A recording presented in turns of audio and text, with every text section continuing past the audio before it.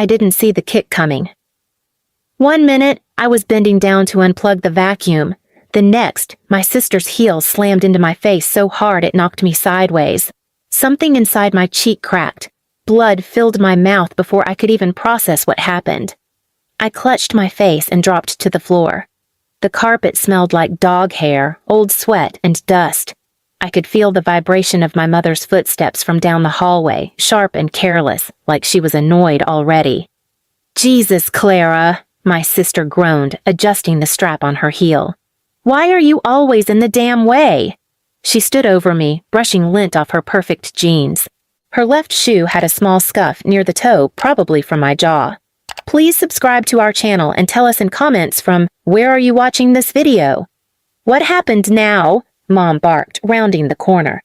She was still wearing her silk robe, hair up in a towel. One hand carried her phone, the other her coffee. "She just flung herself into my foot," my sister said with a straight face. "I didn't," I started, voice muffled through blood and shock. "You're lucky she didn't break her heel," Mom snapped. I looked up from the floor, expecting at least a sliver of concern. Instead, she walked over, crouched down, and shoved one of my sister's shoes toward my face.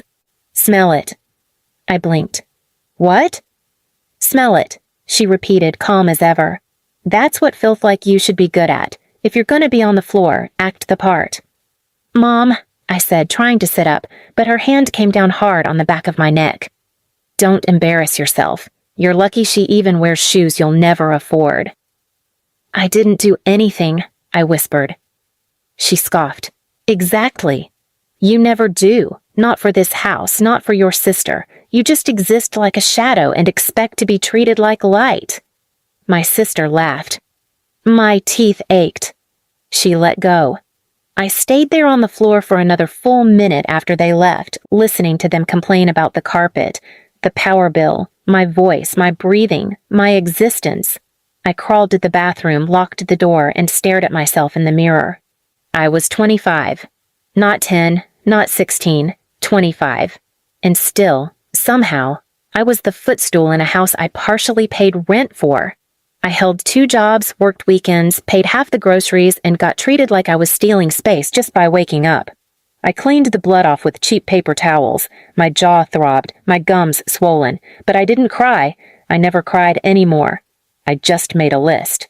Not on paper, in my head. Of every time they'd done this. Of every time I'd been called worthless, dramatic, lazy, or disgusting. Every time I'd been hit and told I asked for it. Every time I gave up silence in exchange for less pain. I didn't tell anyone, because people don't believe you when you look like you're functioning. They assume you're lying if you're not curled up in a corner. But Miss Tina at the diner knew something was wrong. She didn't say it outright, but I caught her watching me fold napkins with my left hand because my right wrist was too sore. "You need help getting out?" she asked one night while we closed. I looked up, startled. "Out of what?" She didn't blink. "Out!" I laughed. It sounded weird, like I forgot how. "No, I'm fine." She just nodded and handed me a plastic bag with food wrapped inside. "People like you never are, but you're still standing. That counts for something." I didn't eat that food. I saved it in my mini fridge like a trophy. Not because I needed it, but because someone saw me. That week, things got worse at home. My sister started locking her door and leaving passive-aggressive notes if I touched her things, even though we shared a bathroom. Mom got into another mood and stopped speaking to me entirely unless she needed her Amazon returns dropped off. Then came the final straw. I walked into the living room one evening and found Mom holding a pair of my shoes, the cheap gray ones I used for my second job. "They smell like sadness," she said, wrinkling her nose. "They smell like work," I said flatly. She turned to my sister. "Throw them out." Rachel smiled. "Gladly." I took one step forward. "Don't touch my stuff." Mom's eyes narrowed. "Or what?" I didn't respond. I just picked up my shoes and walked them quietly to my room. I locked the door behind me and sat down with them in my lap. Then I picked up my notebook. I hadn't written in months. Not since I stopped journaling to focus on healing. But healing was a joke in a house built to reopen wounds. I turned to a blank page and wrote one sentence. If they treat you like filth, let them learn what filth can become. That night, I didn't sleep. I read everything I'd ever written in that notebook, every insult, every injury, every moment they said I wasn't enough. And by sunrise, I had a plan. It wasn't revenge. Not yet. It was just freedom, one piece at a time. And when the time came, I wouldn't raise my voice. I'd raise the truth and let it destroy them in silence. I didn't make a sound the next morning. Not when Rachel banged on the bathroom door and yelled that I'd left toothpaste in the sink. Not when Mom screamed from the kitchen about the garbage being a little too full for her liking. I just got dressed, tied my shoes the same ones they tried to throw out, and left for work. But I wasn't heading to the diner. I was heading to a place they never thought I'd go, the local legal aid center. They offered help for women stuck in complicated home situations. I told the lady behind the desk that it wasn't physical, not like what people imagine. I didn't have broken bones or bruises today, but I couldn't breathe in my own house. She nodded like she'd heard that 1,000 times, because she probably had. She asked if I had any evidence. I opened my phone. I had voice recordings. From the hallway. From under my bedroom door. From the night Mom called me a roach with rent and told Rachel, let her rot, she's not marriage material anyway. The caseworker leaned back slowly and exhaled. You have options. I don't want to sue, I said. I want out, but I want them to feel it. She smiled. Then let's get creative.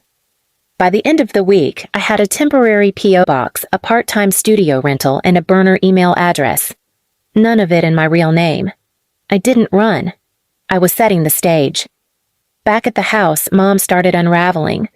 The blog she ran, Home Harmony with Helen, was getting fewer clicks. One of the brands she worked with quietly dropped her after an anonymous email pointed out that she regularly posted advice on gentle parenting while screaming at her adult daughter to lick the floor she walked on. The screenshots didn't lie.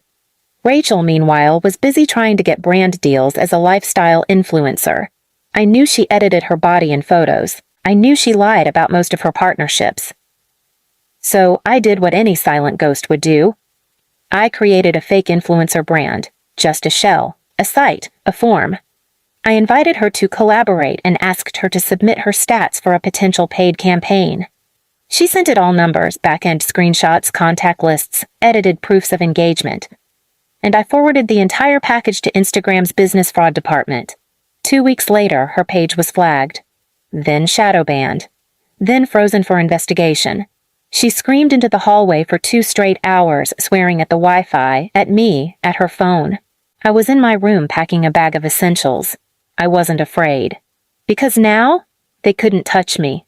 Every dollar I earned from then on went to a private account they couldn't access. I switched shifts, worked doubles, did whatever I had to. Then came the moment I'd been waiting for. One night I came home and the house was dark, dead quiet. I walked into the kitchen and found Mom sitting at the table, hair undone, phone face down. "Where have you been?" she asked. "Work." She tilted her head. "You've been different." I didn't answer. "You think you're better than this house now?" "I think I've always been better than what you saw." Her lip curled. "No matter what you do, you'll never be her." "I know," I said. "Thank God." She slapped the table. "Don't talk back to me. I gave you life." "No," I said, picking up my keys. "You gave me trauma and a closet full of apologies you never wore." She stood. "You're walking out?" "I'm not walking," I said, heading toward the door. "I'm leaving. There's a difference." "Where will you go?" she snapped. "To a place where shoes stay on feet and love doesn't come with a price tag." "You'll regret this." I stopped in the doorway, turned, and handed her a small box. Inside were Rachel's shoes, the ones she kicked me with. Clean, polished, wrapped in tissue. And a note that said, "You told me to smell them. Now you can live with them." She didn't speak, didn't move, just stared at the shoes like they were haunted. I walked away. Outside, the air felt new, cold but sharp like it belonged to me now. My phone buzzed. It was a text from Rachel. "You ruined my life."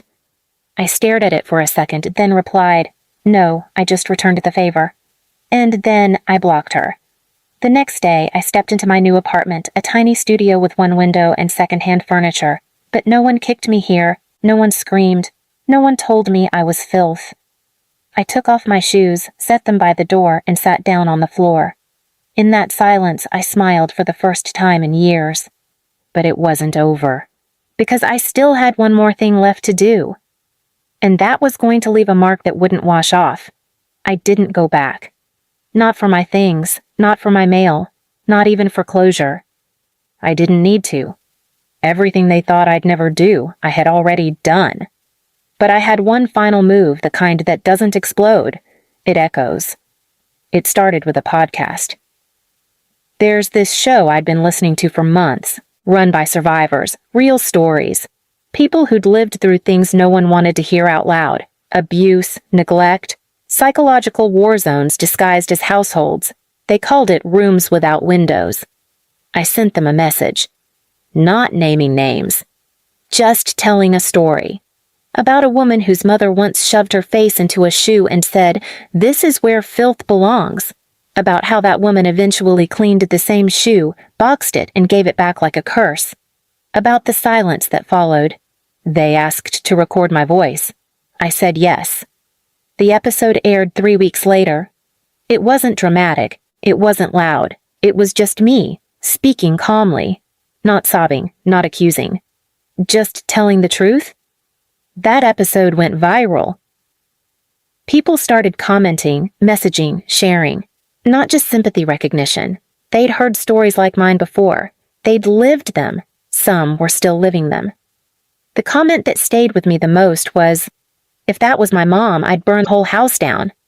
I replied, "I didn't need fire, just a mirror." My mother's blog was already on life support, but once someone found the podcast and linked it to her Home Harmony profile, it ended. Comments poured in. "You mean the same Helen who forced her daughter to the floor? You mean the same gentle parent who said her daughter wasn't worth space? You mean the woman whose perfect daughter got banned for fraud? Brands dropped her. Again. Her Facebook group with 11K members collapsed in 24 hours. Someone archived her posts and annotated them with contradictions, calling it the Manual for Emotional Neglect disguised as grace. Rachel tried to make a comeback on TikTok, posted a video crying about anonymous jealousy and cancel culture lies. But her voice shook, and her followers weren't buying it. They wanted names, proof, and more importantly, they didn't forget. That was the real win. Not that I ruined them financially, not that I exposed them, but that I erased the version of them they spent years selling. They could never rebuild that image, not again, not after this. And me? I started writing full-time. Personal essays, interviews, creative nonfiction, stories about girls who didn't cry when they were kicked, girls who learned to live in silence, and then turned that silence into a wrecking ball. One of my pieces got published in a print journal. I took the magazine, rolled it up, and mailed it to my mother. No letter, no message. Just my name in print on page 12, above a story titled, "The House Where I Wasn't Welcome." Weeks later, I got a voicemail. Her voice was tight, bitter, still clinging to whatever pride she had left. "You're lucky we don't sue." I smiled, then deleted it. Later that month, Rachel showed up outside the bakery where I worked, hair tied back, sunglasses on like a celebrity going incognito. She didn't come in. She just stood there staring through the glass. I met her eyes. She looked smaller than I remembered, like the power had been vacuumed out of her spine. She mouthed something. I couldn't tell what. Maybe why? Maybe please? Maybe just my name. I didn't move. She walked away. And that was the last time I saw either of them. Years from now, someone will ask them why they don't talk to their daughter, or why their last name brings up old blog controversies or influencer fraud alerts. They'll dodge the question. They'll blame me. but deep down they'll know. They told me I was filth. And I believed them, until I learned what filth can do. It clings, it stains, and sometimes it becomes the only thing people remember. Please subscribe to our channel and tell us in comments from where are you watching this video.